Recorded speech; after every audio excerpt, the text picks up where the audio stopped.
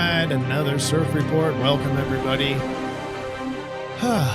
Face Full of Reality is the title of this week. This was for June 9th through June 15th. We're going to give you an energy influence report, but we're also going to give you the solution, how best to behave to maximize the energies that are available. Now, if the energy that we call Face Full of Reality sounds alarming or negative, just realize that I framed it as something very positive for all of us authentic people. And let me get started with that as soon as possible because it's good news. All right, so not everything feels negative. And this is going to be one of those weeks, I believe, where you're going to see both sides. It's going to be a face full of reality for some. And for those of people who haven't been able to see reality very clearly, that's going to feel very negative. And I'm going to go through this in much more detail. I'm trying to make this summary as short as possible so that we're not doing the whole surf report on this one page. But suffice it to say that for some, it's going to feel like a spotlight for the asleep, for the ones who have not been able to really see life clearly. And for others who are already authentic and true and seeing reality the way it is, it's going to feel very serendipitous. And part of this is having to do with the full supermoon in Sagittarius. Sagittarius, ruled by Jupiter, is well known for both of those to just be, for some reason, just always on time, and not like in a rigid time sequence, but things happen serendipitously at magical points in life. Very lucky, fortunate. That kind of feeling is in the air with this supermoon being that the moon is at its closest point to Earth, and you're going to have a few of these in the next few months. Obviously, then we have the sun on the opposite side in Gemini. So very thoughtful and clear-headed because Mercury is going direct and enters into Gemini. So we've got a full capacity of thoughts and then shining all that onto Sagittarius, which is fiery, can be impulsive, but wants to be very friendly and adaptable and everything, but freedom oriented, want to explore, curiosity, and optimistic. So we got all that together. And then the I-Ching supports all this with humility, sort of like a humbleness, but I think it's in relation to being authentic, being true to yourself is more, there's two different websites that I have in the notes for the I-Ching, and they both say pretty much the same thing, but the title of it is different. So one says humility, the other says authenticity. So I'm trying to look for the overlap between those, and I think humble is being able to just be real, humble enough to see reality the way it really is. Now, what's interesting is that the rave is suggesting the exact same thing: serendipity, authentic, being real. And we're going to go through all that. So very high congruency score. You've got the supermoon right in the middle here, and the dream bot overlaps that with these time cycles. But more so, I think the full moon in Sagittarius will be more akin to shining the spotlight on those feeling or being still asleep. All right. That might be confusing for all of you, but please make sure that you at least stay for the solution slide, because that's going to be really important for you to not only know what to expect in terms of energies, but also then how to behave. All right. So let's go ahead and get started.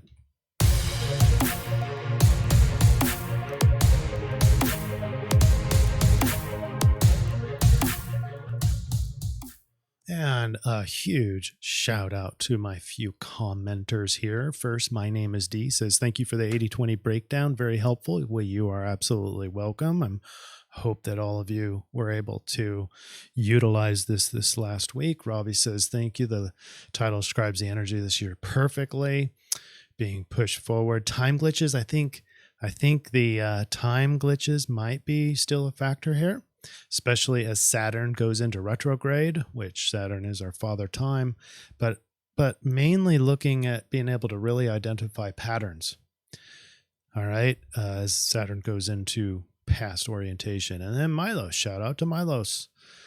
And then Tarif over on Rumble. And by the way, Rumble, we are getting really close to 1,000 Rumbles. That may not sound like a lot to any of you, but it's an exciting milestone. So let's get those Rumbles going over on Rumble and get us to 1,000. Thank you, everybody. Tarif says, I don't know what I'd do without you and Angie. PIR was great yesterday. And let's do a shout out for Phoenix over in PIR for continuing his work over there.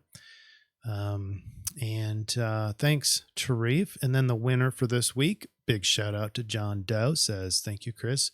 Listen to this. For 2.5 years of guidance, I wait for your report every week. I can't count how many times you've been spot on. And I said, well, it's not a pat myself on the back kind of thing, but I want to, first of all, just shout out. I'm recognizing how, it takes effort to put a comment down. And so thank you. That's first of all. But second of all, to really tell me how it's working for you. It's meaningful for me and it does help me. And I don't do this just to, self-praise and pride. I'm an Aquarian. I don't need recognition per se. It's nice to have, but I don't do that for these reasons. We're going to get to the astrology here next, but first, let's look at the curious dream bot as I take a sip of coffee. All right. Linguistic set number 1 at the very top. Listen to this. Wild June anchor fairly process approaching asleep. All right. And then if you keep on reading, means former, care, fall, days. We got like these I don't know, hard times, sort of a feel up top, but hard times mainly for the asleep. And that's what I was talking about.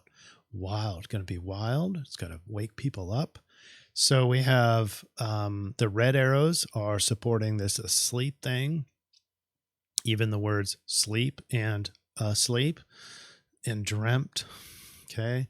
And then you've got time cycles again, but much more. So you got June, the process, approaching, days, era, ever, phase, Wednesday. TOT is still in the runs. That is mind boggling. That's a long time for a curious word like TOT to be in there at all, but let alone for several weeks in a row. So that's interesting. Time is still a thing. Then we've got the orange arrows, which is supportive of wild. And in wild, it means it's attracting your attention. It's attention getters. That's what I'm trying to convey here. So we view, it's vivid. Even aliens in there probably should have been a dashed line here because it's not like direct. But if you saw aliens, it'd be like, whoa, it grabs your attention. It's wild. It's weird. Concerts, there's a lot of attention, right? So in the spotlight is what that meme is in my estimation. So there's a lot of shock and awe, attention grabbing, but not surprising probably for the people who have been in reality, real reality. That goes back to authenticity, serendipity, being in the right place at the right time, etc. All right, let's keep on going here. This week, we're going to have Mercury, who started to go direct last week, is now going to be going into Gemini, back into home. Venus is in Taurus.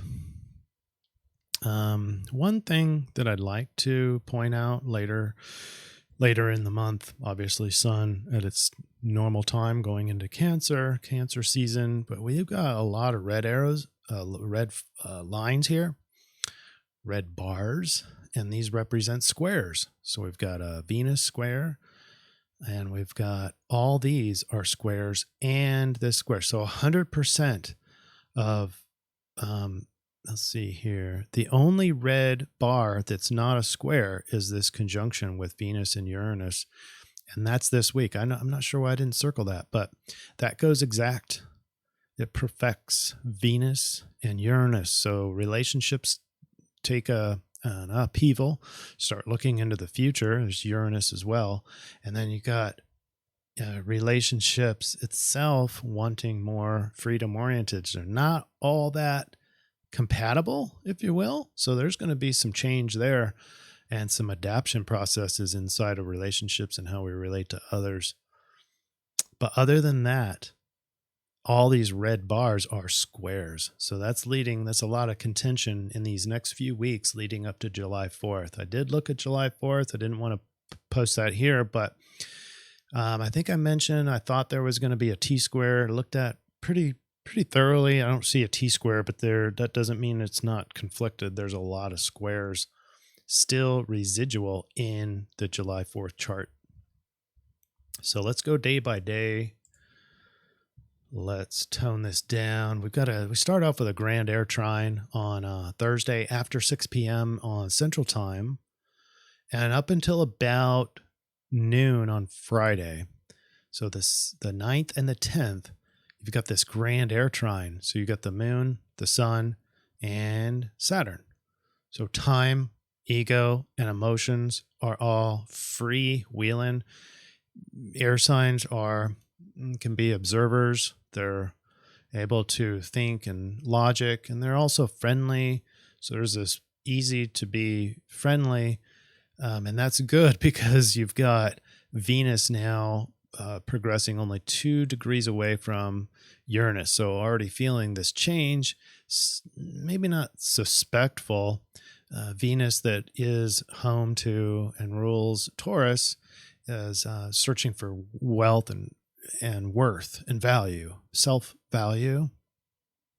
And that's hard with Uranus shaking things up because Taurus wants to be stable. Well, Uranus won't let you be stable.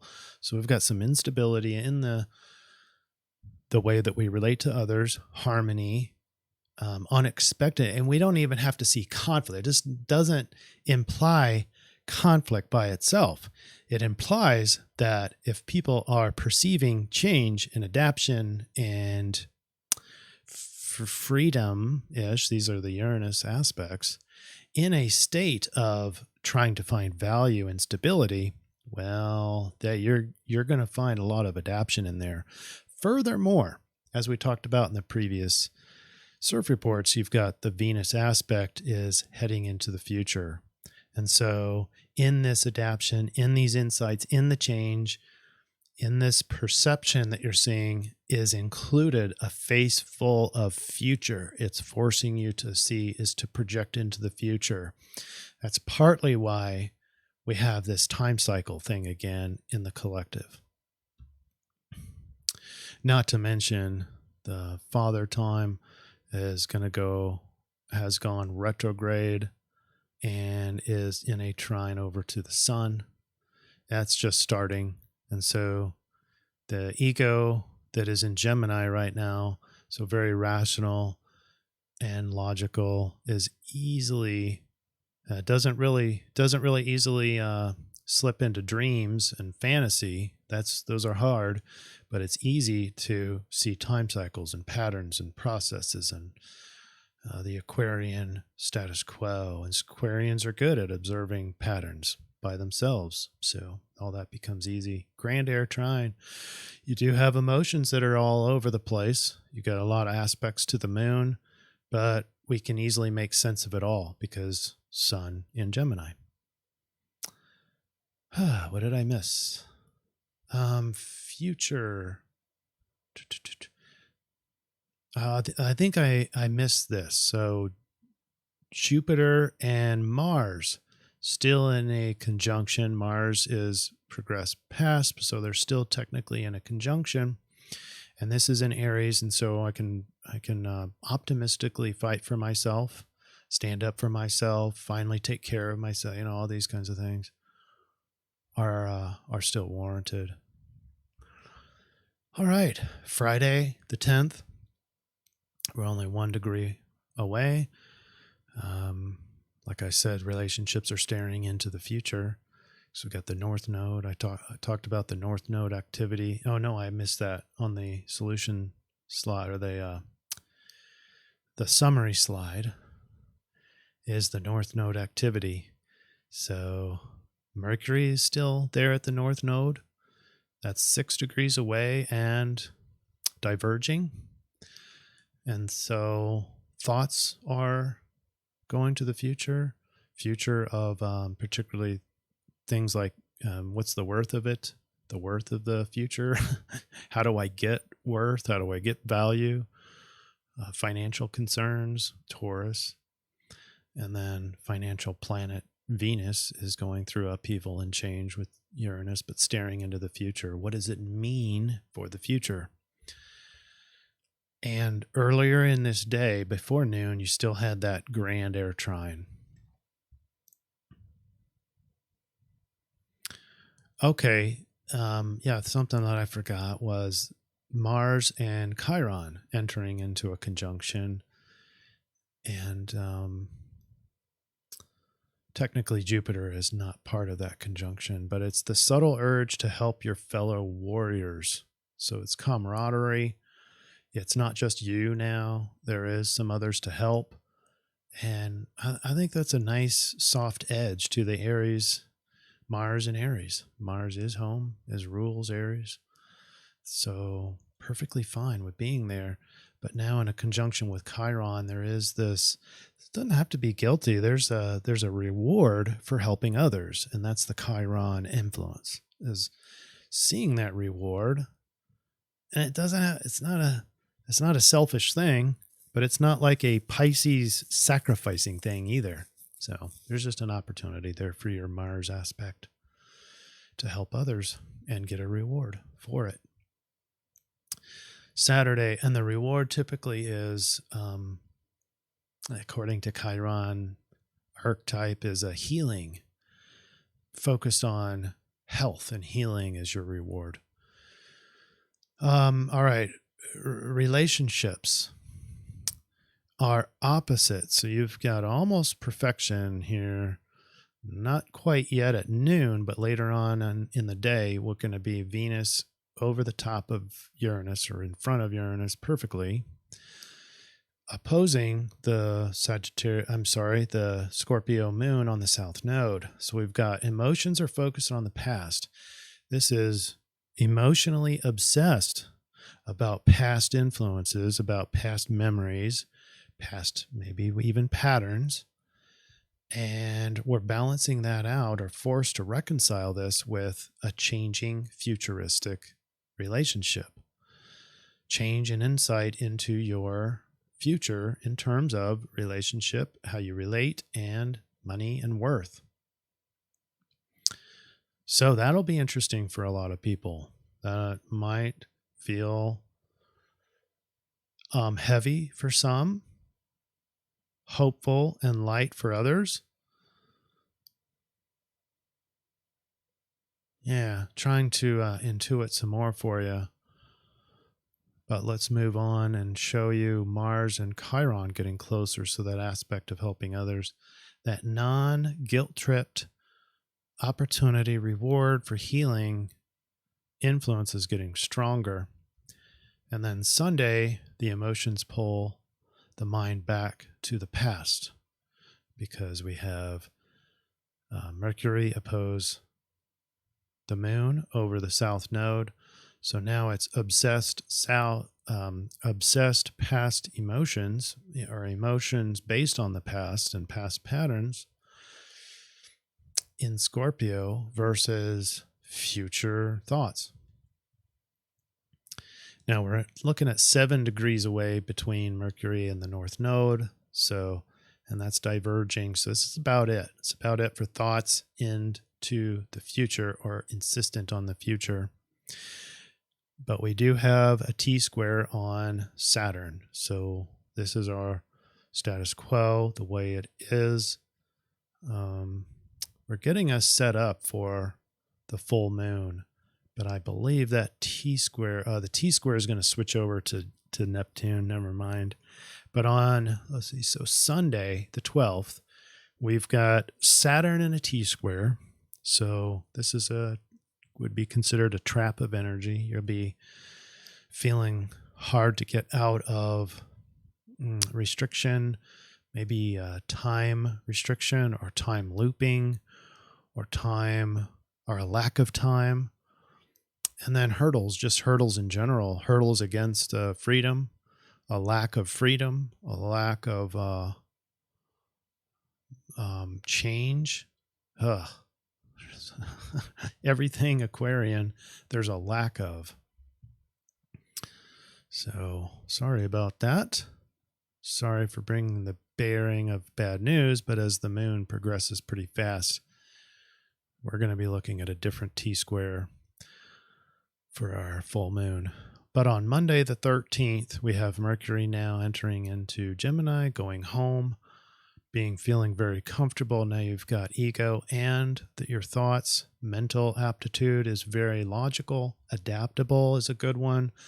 Learning mode, it's just sort of like learning small things, little details, mundane kind of things, elementary school, and then travel. And travel is in there too. Nice travel, right? All we have is a restriction. So you got Mercury with a restriction or a conflict with time restrictions. So, I mean, Mercury in Gemini is already a little bit time constricted because there's lots of plates spinning and a lot of, just little getting stuff done and active, that kind of thing. But anyway, Venus going into now 4 degrees away from the North Node, in between now Uranus and North Node. So sandwiched in between the future. There's no way to get out of it. It's everything we mentioned now. It is head on into the future. What does it mean for the future? And now Venus square Saturn as well. Wait, how can that be? Yeah, I guess it can be. They're bracketed. Mercury and Saturn, Mercury and Venus with a square over to Saturn. Mercury will be the quickest out of it. Venus going into this square. So here's where your restrictions on time and looking back on time patterns and the way it's been in the past cycles is going to affect your relationships or your financial worth or the personal value that you're achieving. And it's going to force you to look into the future. All right. And then Tuesday, the 14th, this is where our full supermoon in Sagittarius is. Unfortunately, at the time of the full moon, it's underneath the horizon for daylight time here. I think those east of here, especially over in Europe, will have the moon well up there, although I don't know exactly where that'll be for the different time zones. So look at where the moon will be at the time of the exact point. For me, in Central Time, 6:51 a.m. I'll have to, if I want to, stay up all night, which is not going to happen. But I'd have to get up probably before about 5 a.m. in order to see the full moon before it ducks down over the west horizon. But energetically, look at this. We have a T-square on Neptune, and yeah, this could be a trap, and it's going to be a stamp for this full moon phase, roughly 2 weeks before the next full moon, or next new moon. And I believe that's in Gemini. Yeah, I think so, but don't quote me on that. But let's talk about this T-square, and this is Neptune. So being trapped in a dream, some of you might have a little uptick in nightmares, scary times, because it's all conflicted. It's all, but I'm not saying that by itself is scary. It's just fantasy, and you're going to be easily lost in that. You're going to be trapped in a fantasy, trapped in dreams, trapped, and probably won't know it because Neptune is tricky. It's tricky in your awareness. You're going to lose your awareness. So it's hard to recognize that you're in a fantasy. but there might be this urge to meld with the oneness, right? Because Pisces is that spiritual transcendent oneness. Edgar Cayce talked about, or someone talked about, the superconscious. Maybe that was Jung. One of the two. Through the subconscious, that's where dreams are. That's where Neptune and a lot of these outer planets are. And then through that, occasionally we can tap into the superconscious, where we're all interconnected. This is the theory. We're all interconnected, and this is where all the creative juices run, and the aha moments, the inventions that change the world, they're all there in the superconscious, where we're all connected. And so this isn't wrong, even though it's a T-square. This oneness is always there. So it's kind of like a trapped portal. Let's take the word trapped out, and you might just feel this strong, constant urge to feel this oneness, or to be melded into the collective, because it's Neptune in Pisces, and we're all connected. And so this is the collective energy. So with the Sagittarius, it calls you to be the best Sagittarius, or the ones that can just be themselves, the ones that are most satisfied. And they can do it because this fire energy, they're bold, they're unafraid, just be me, and don't think twice about it. Not everyone has that. Not every Sagittarius has that fearlessness, but it's there. It's that you can tap into this positive, optimistic, free to be myself kind of thing. Right? And so now, if you've got this urge for collective, you better bring your best foot forward. No, not your best. You bring your true self forward, because the collective doesn't want another imprint of you. It doesn't want another version of, I'm sorry. Let me say that. Let me start over. The collective diamond doesn't need another face that looks just like another face, a facet of the diamond. It needs a brand new, unique face. And so it wants the true you, not what you think the collective wants. So yeah, as we all sort of merge into this oneness thing, it's very paramount that you keep your true self intact. You keep your true authentic nature intact as this is happening, is influencing you. You don't want to just be someone else. You don't want to just be parroting other people's words. You want your true nature to come to the collective. All right.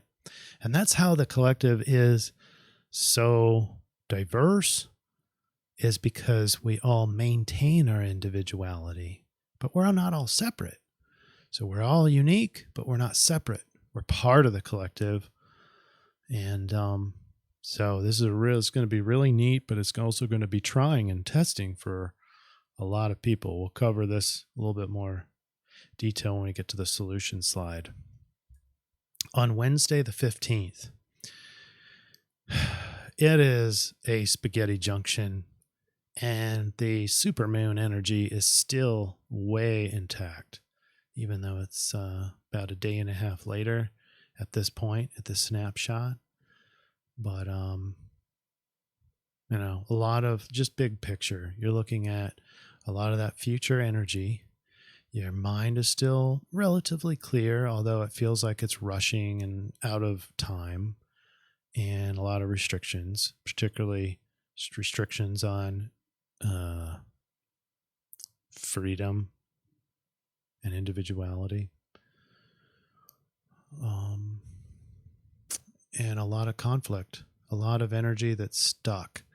A lot of that energy is on Saturn, and Saturn in retrograde. So it's just time restrictions and time cycles reflecting on.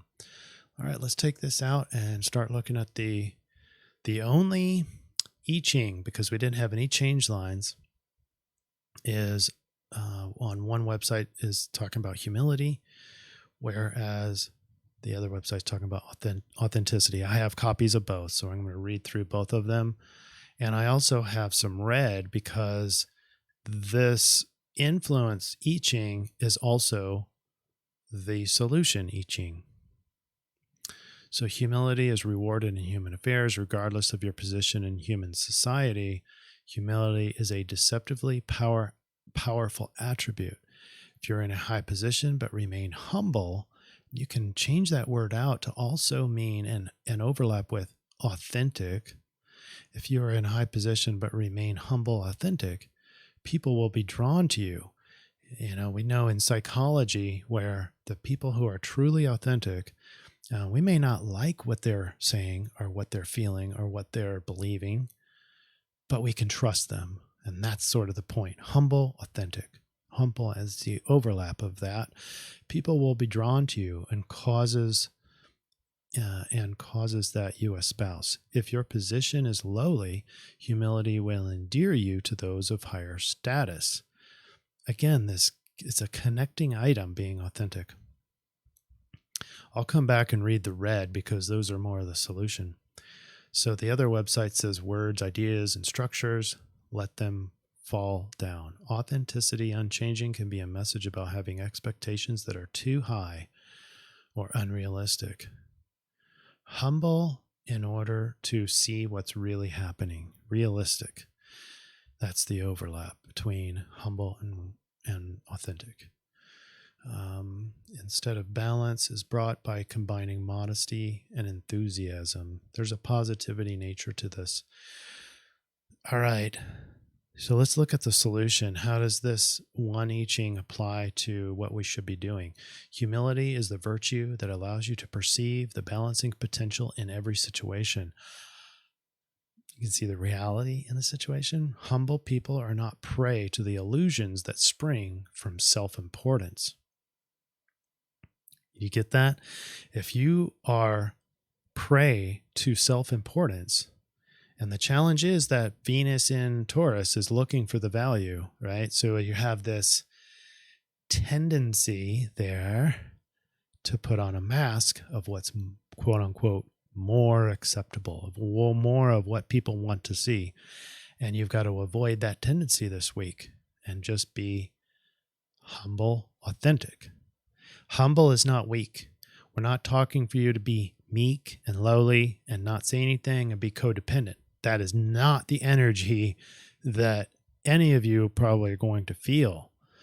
But if you're resisting the need to be truly authentic in expression, in belief, in saying what's on your mind, in what you're feeling, all those things, that resistance will make you meek and unable to say anything. So you'll notice that there's a whole different sensation will be, it's going to be a face full of reality. That's why I named this thing on the front side, while also named the whole CIRF report or the influence serendipity, but that's only for the authentic. That's what I'm trying to get to as we see the rave, is that for those of you who are truly authentic and can really feel this overlap between humble and authentic and be it and live it and express it, you're going to be the ones that feel or interpret this energy as serendipity, which is being in the right place at the right time.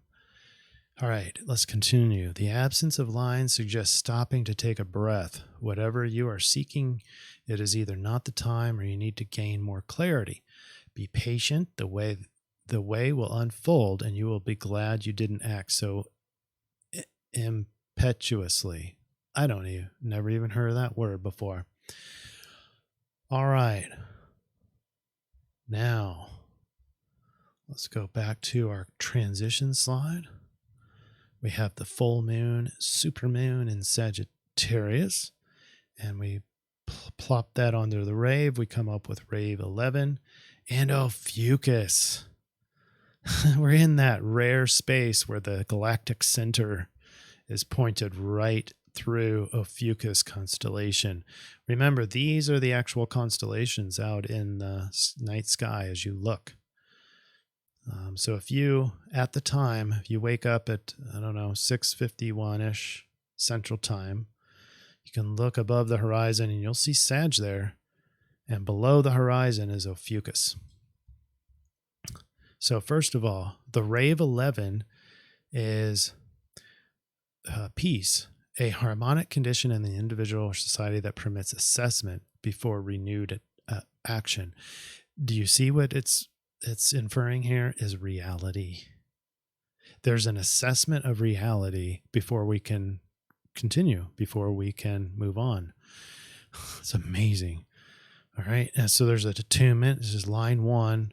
The moon is in this line at the time of the climax. The serendipity of being in the right place at the right time. The nourishment derived from being with those who share the same goals and aspirations. The gift of finding those who will value your ideas. This is where Venus is in Taurus. That is the epitome of what they're talking about, even though the moon is over in Sagittarius. The fear of anonymity, the sense that no one will value their ideas. And when you sense that no one will value your ideas, what happens? You start putting a mask on to start getting more people getting better acceptance. And what do we get? We get incongruence. And people don't trust incongruence. And people can read incongruence unconsciously. So, are you ready for the solution slide? Let's do this. And here we are.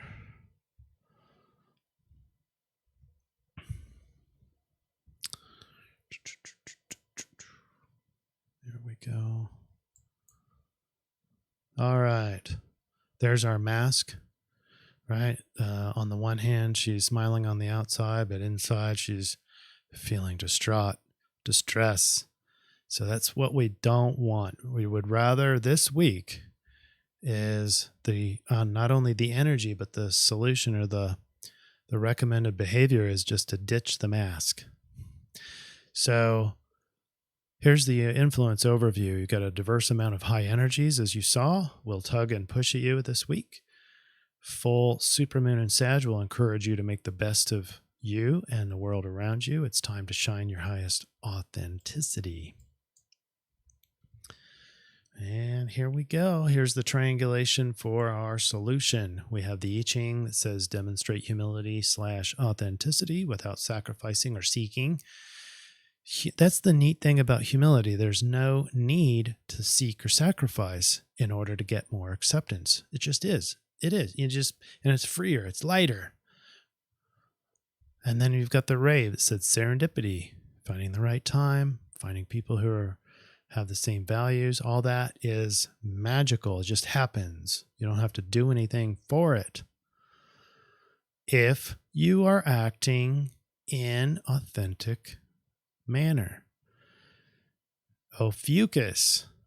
This is one we don't talk about very often in the solution because it's such a small part of the sky. But Ophiuchus is known to try new things, breaks routines. It's a routine breaker. Ophiuchus is. It can be humorous, but has a poisonous tongue when it does it. Can have passion, but straightforward. So Ophiuchus is one of the bright, shining constellations and archetypes for authenticity. Isn't that amazing? The overlap between influence and solution is striking this week. So what do we have? We have a full supermoon in Sag that brings profound optimism, expansiveness, fun, and free-spirited, elevated energies to all humans everywhere. The task is to sacrifice the mask. Remember, with the full moon, it's time to sacrifice something. And I'm suggesting, how about sacrifice the mask you are wearing? You can, next week, you can bring that mask back if you'd like. But for this week, let's just be purely authentic. So sacrifice the mask you've been hiding behind and come out courageously with your true and authentic self. Courageously is a very Sagittarius thing to do.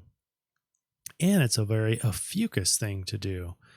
By the way, in that conversion chart of sidereal and tropical, Sagittarius does extend through the Ophiuchus thing. So it's Sagittarius / Ophiuchus. Sort of has that overlap there of being authentic and the ability to do so. The rave matches perfectly with Sag, indicating a time of serendipity, great timing, and even luck, fortune. But you have to do the work. The Sidereal solution is the best at authenticity, being straightforward and breaks routines to be planted in the present moment. Try new things by leading yourself with your heart. It takes, in other words, being authentic. It takes courage to be your truest, most vulnerable self, but with the Ophiuchus solution, you will undoubtedly feel the sense of freedom that authenticity affords you.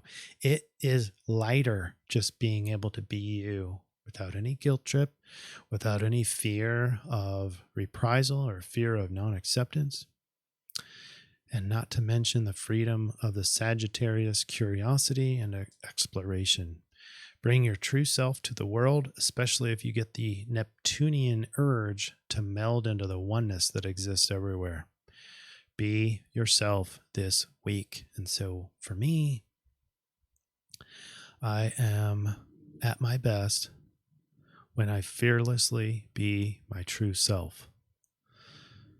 It doesn't roll off the tongue very well, so I don't think it's going to be one of those statements that's going to be easy to just say over and over again, but I'm going to say I am at my best when I fearlessly be my true self.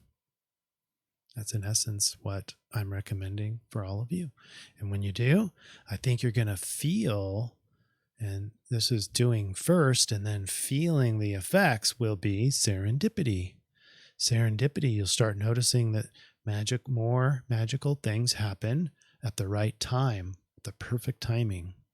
If you're not truly authentic, what you might feel is a spotlight of reality, a face full of reality. You'll be, according to the Dreambot, up on stage, the light will be shining on you, and you'll be forced into the corner of, you thought this was reality. It'll be a face full of reality, and you'll be pinned to expecting people to want just your real self, your authentic. They want you to see reality as reality.